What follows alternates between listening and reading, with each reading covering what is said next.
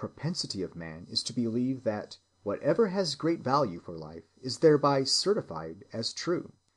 End footnote. The part of the content concerning which the question of truth most pertinently arises is that more of the same quality, with which our own higher self appears in the experience to come into harmonious working relation. Is such a more merely our own notion, or does it really exist? If so, in what shape does it exist? Does it act as well as exist?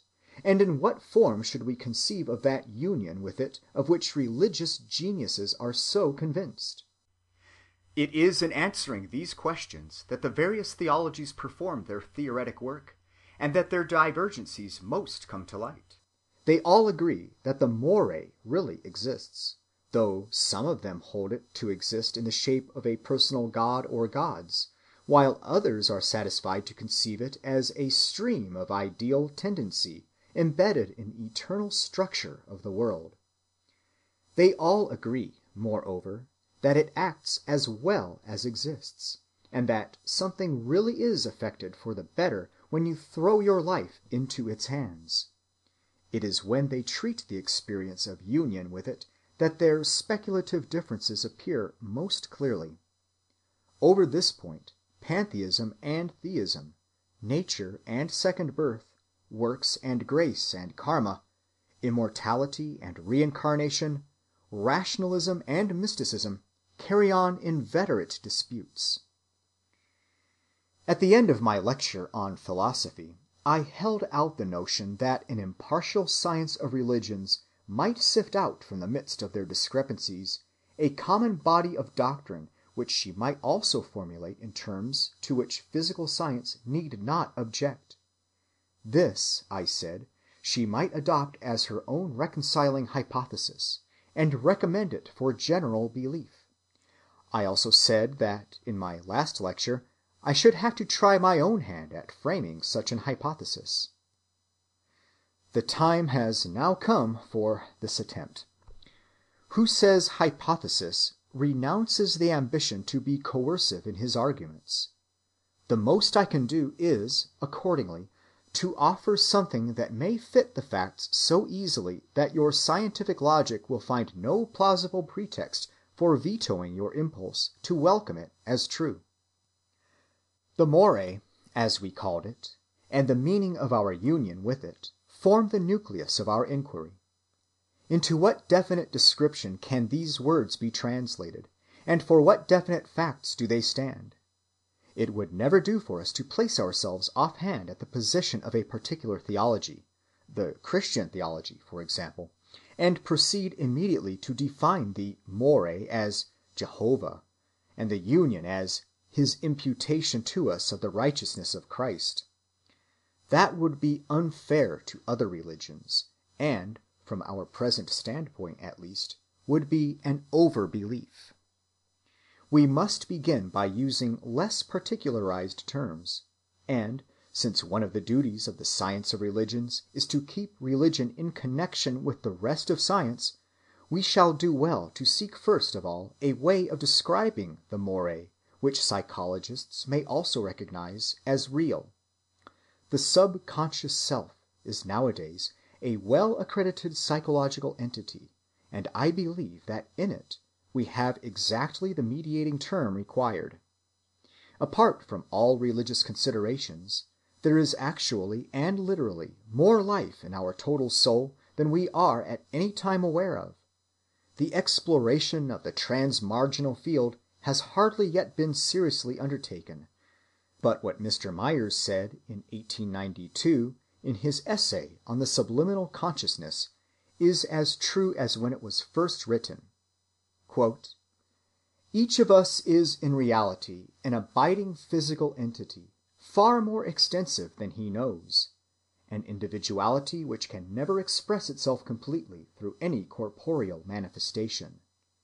The self manifests through the organism, but there is always some part of the self unmanifested, and always, as it seems, some power of organic expression in abeyance or reserve." Close quote.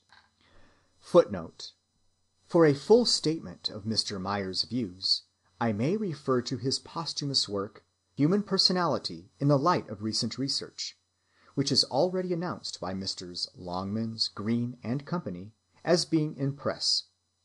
Mr. Myers, for the first time, proposed as a general psychological problem the exploration of the subliminal region of consciousness throughout its whole extent, and made the first methodical steps in its topography by treating as a natural series a mass of subliminal facts hitherto considered only as curious isolated facts, and subjecting them to a systematized nomenclature. How important this exploration will prove, future work upon the path which Myers has opened can alone show. End footnote. Much of the content of this larger background against which our conscious being stands out in relief is insignificant. Imperfect memories, silly jingles, inhibitive timidities, dissolutive phenomena of various sorts, as Myers calls them, enter into it for a large part. But in it many of the performances of genius seem also to have their origin, and in our study of conversion, of mystical experiences, and of prayer, we have seen how striking a part invasions from this region play in the religious life. Let me then propose, as an hypothesis, that whatever it may be on its farther side, the mores with which in religious experience we feel ourselves connected is, on its hither side, the subconscious continuation of our conscious life. Starting thus with a recognized psychological fact as our basis, we seem to preserve a contact with science which the ordinary theologian lacks.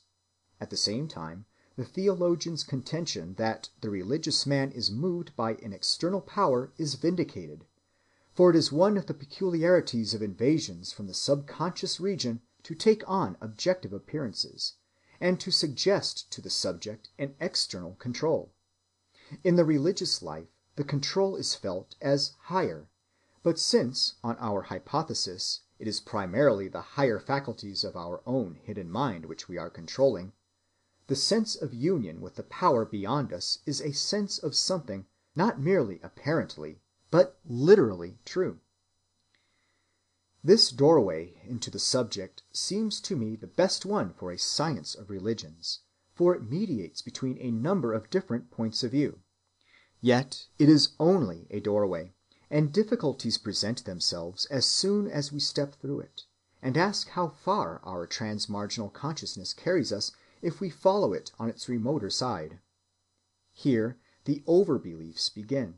Here mysticism and the conversion rapture and Vedantism and transcendental idealism bring in their monistic interpretations, and tell us that the finite self rejoins the absolute self, for it was always one with God and identical with the soul of the world.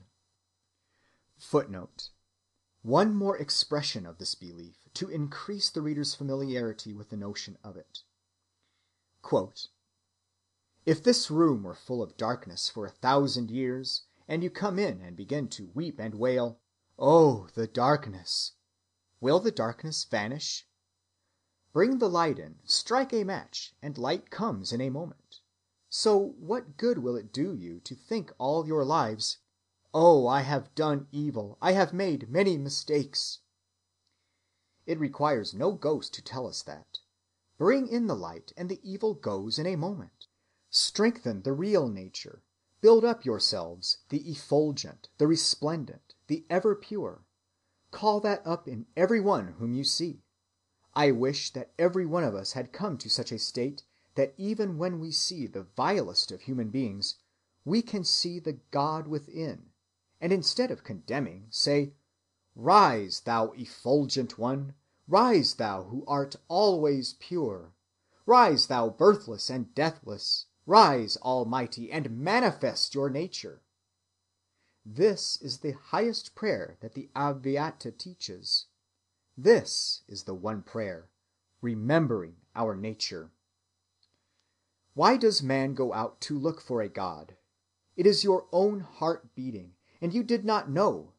you are mistaking it for something external,